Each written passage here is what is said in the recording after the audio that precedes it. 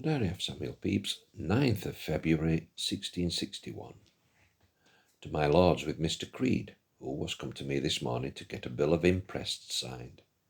And my lord being gone out, he and I to the Rhenish wine-house with Mr. Blackburn, to whom I did make known my fears of Will's losing of his time, which he will take care to give him good advice about. Afterwards to my lords and Mr. Shepley, and I did make even his accounts and mine. And then with Mr. Creed and two friends of his, my late landlord, Jones's son, one of them, to an ordinary to dinner, and then Creed and I to Whitefriars, to the playhouse, and saw The Mad Lover, the first time I ever saw it acted, which I liked pretty well, and home.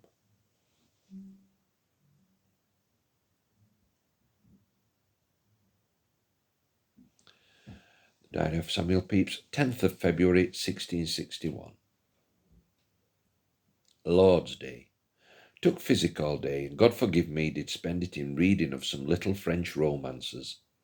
At night my wife and I did please ourselves talking of our going into France, which I hope to effect this summer.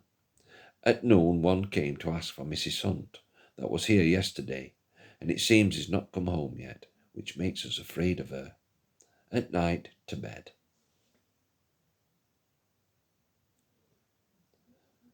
The 11th of February 1661. At the office all the morning, dined at home, and then to the Exchange, and took Mr. Warren with me to Mr. Kennard, the master joiner at Whitehall, who was at a tavern, and there he and I to him, and agreed about getting some of my lord's deals on board to-morrow.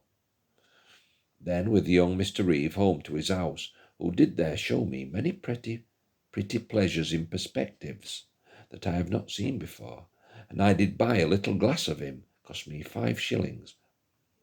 And so to Mr. Cruse, and with Mr. Moore to see how my father and mother did, and so with him to Mr. Adam Chard's, the first time I ever was at his house since he was married, to drink.